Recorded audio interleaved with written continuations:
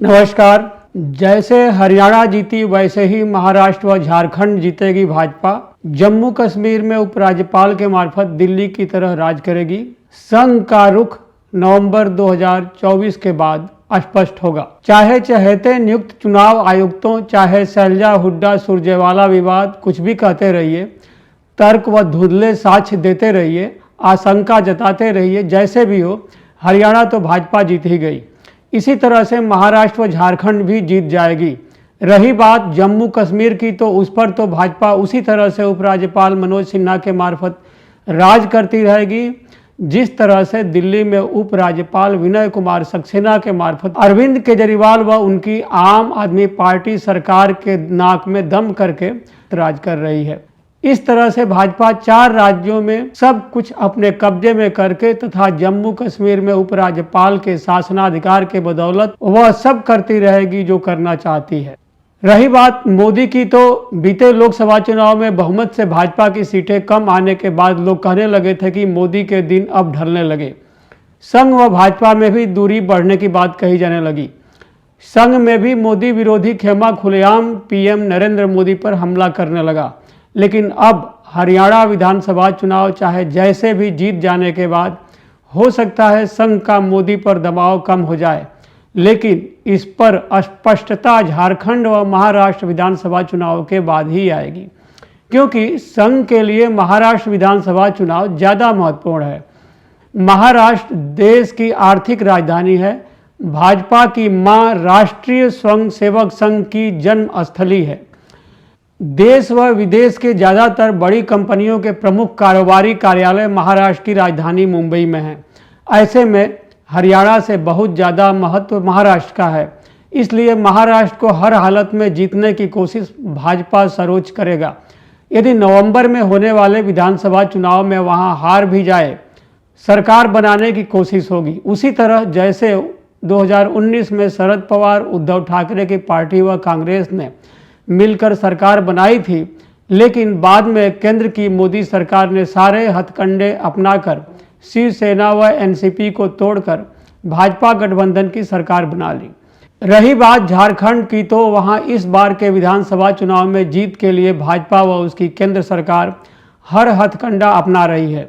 भाजपा को लगता है कि इस बार किसी भी तरह से झारखंड जीत लेगी, लेकिन झारखंड मुक्ति मोर्चा नेता व मुख्यमंत्री हेमंत सोरेन भी हर तरह से भाजपा की काट के लिए लगे हुए हैं। और अब हरियाणा विधानसभा चुनाव में हार जाने के बाद कांग्रेस भी झारखंड में सीटों की बहुत सौदेबाजी से बचेगी, ताकि मिलकर चुनाव लड़ झारखंड में इंडिया गठबंधन की सत्ता बचाई जा सके। इस मामले में जहां तक संघ के रवैये पर सवाल है, तो जो कुछ भी नया होना है वह महाराष्ट्र व झारखंड विधानसभा चुनाव के बाद ही होगा। तब तक संघ अंदर अंदर चुनाव में वैसे ही मदद करती रहेगी जैसे हरियाणा विधानसभा चुनाव में की है। संघ के लोग इस बार हरियाणा में 1 माह पहले सक्रिय हो गए थे, जिसके बाद संघ ने हरियाणा में ग्रामीण मतदाताओं तक पहुंचने का कार्यक्रम शुरू किया और इस काम में हर जिले में 150 संघ सेवकों को लगाया गया। क्योंकि हरियाणा में लोकसभा चुनाव के जो नतीजे आए थे उनमें से साफ हो गया था कि बीजेपी को शहरी क्षेत्र में बढ़त मिली, लेकिन ग्रामीण इलाकों में उसका सुपड़ा साफ हो गया था। ऐसे में पार्टी और संघ ने शहरी क्षेत्र में ध्यान देने के अलावा ग्रामीण क्षेत्रों में भी पुरजोर कोशिश शुरू कर दी। कहा जाता है कि हरियाणा में संघ ने 16,000 से ज़्यादा बैठकें की। संघ के स्वयंसेवक घर घर पहुँचे और भाजपा के कार्यकर्ताओं के बजाय संघ ने यह काम किया। जमीन स्तर पर पहुँचकर वहाँ के गाँव वालों से, वहाँ के लोगों से संपर्क करने का काम किया। बीजेपी को भी यह सलाह दी कि मुख्यमंत्री सैनी ग्रामीण मतदाताओं को ज़्यादा से ज़्यादा संपर्क करें और उनको मिलने का समय दें। कहा जाता है कि इसी के बाद से सैनी ने अपने घर के दरवाजे ग्रामीणों के लिए हर हमेशा के लिए खुले रखे। वो जब भी आते, देर तक भी मिलना पड़ता तो मिलते थे, जिसके बाद ग्रामीणों की और बाकी कार्यकर्ताओं की नाराजगी जो खट्टर के मुख्यमंत्री रहते हुई थी, वह काफ़ी हद तक दूर हो गई। इसके अलावा संघ प्रमुख मोहन भागवत सहित कई और नेता भी हरियाणा आए। मोहन भागवत पानीपत समलखा में भी कार्यक्रम किया। 3 दिन तक रहे। इस दौरान संघ के कार्यकर्ताओं और संघ के पदाधिकारियों ने पूर्व मुख्यमंत्री कांग्रेस नेता भूपेंद्र सिंह के शासन के दौरान पर्ची व खर्ची सिस्टम के साथ ही भाई भतीजावाद, क्षेत्रवाद, जातिवाद, परिवारवाद का जो मामला था उसको कार्यकर्ताओं के बीच और जनता में फैलाने की कोशिश शुरू की। यह भी बात फैलाई गई कि यदि जाट आ गए तो पिछड़ों दलितों का हक मार ले जाएंगे। यह भी बात फैलाई गई कि यदि जाट और हुड्डा की पार्टी फिर आ गई, एकजुट होकर आ गई, तो वे सब फिर पिछड़ों दलितों को आगे नहीं बढ़ने देंगे। संघ प्रमुख मोहन भागवत खुद जिस दिन हरियाणा का चुनाव था उस दिन राजस्थान में एक कार्यक्रम में जो कुछ कहे उससे हरियाणा में भाजपा को लाभ मिलने की बात कही जा रही है। इन हालात में यह कहना सही नहीं है कि हरियाणा तीसरी बार जीत के कारण संघ व उसके प्रमुख का रुख मोदी व शाह के प्रति जो रुख लोकसभा चुनाव के बाद हुआ था वह बदल जाएगा। संघ उनको आजीवन पीएम बने रहने, जिसको चाहे भी भाजपा अध्यक्ष बनाने, जिसको चाहे मंत्री राज्यपाल बनाने, जिसको चाहे किनारे लगाने की छूट दिए रहेगा, यह नहीं कहा जा सकता, क्योंकि राष्ट्रीय स्वयं सेवक संघ भविष्य की योजना के अनुरूप चाल चलता है। उसको व्यक्ति विशेष के आजीवन पीएम बने रहने या पावरफुल बने रहने से मतलब नहीं है। उसको केवल चुनाव जीतते जाने से भी मतलब नहीं है। उसको चिंता 10 साल से ज़्यादा के मोदी राज में जनता में महंगाई, बेरोजगारी व अन्य तमाम दुश्वारियां बढ़ते जाने से बढ़ रहे रोष को लेकर भी है।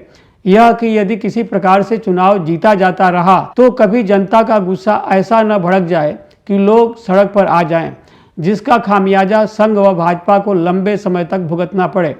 इसलिए भी कि 75 वर्ष में भाजपा नेताओं को सक्रिय राजनीति से हटाकर मार्गदर्शक मंडल में डालने का जो नियम खुद मोदी ने पीएम बनने पर बनाया, आडवाणी मुरली मनोहर जोशी पर लागू किया, वह खुद उन पर इस साल उनके 75 साल पूरे हो जाने पर क्यों नहीं लागू होना चाहिए भी या नहीं, या मोदी एक देश एक चुनाव और उसके बाद पुतिन की तरह सत्ता पर आजीवन बने रहने जैसा कुछ बदलाव करेंगे।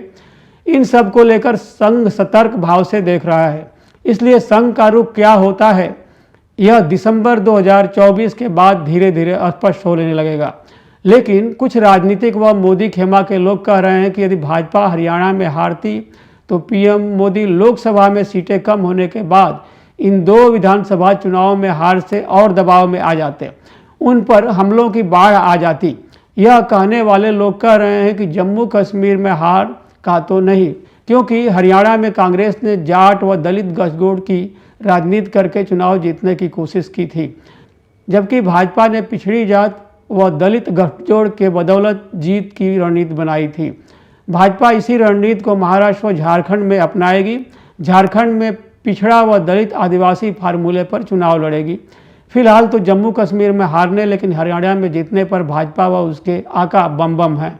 इस तरह से कहा जा सकता है कि हरियाणा विधानसभा चुनाव में संघ का योगदान भाजपा से ज़्यादा है।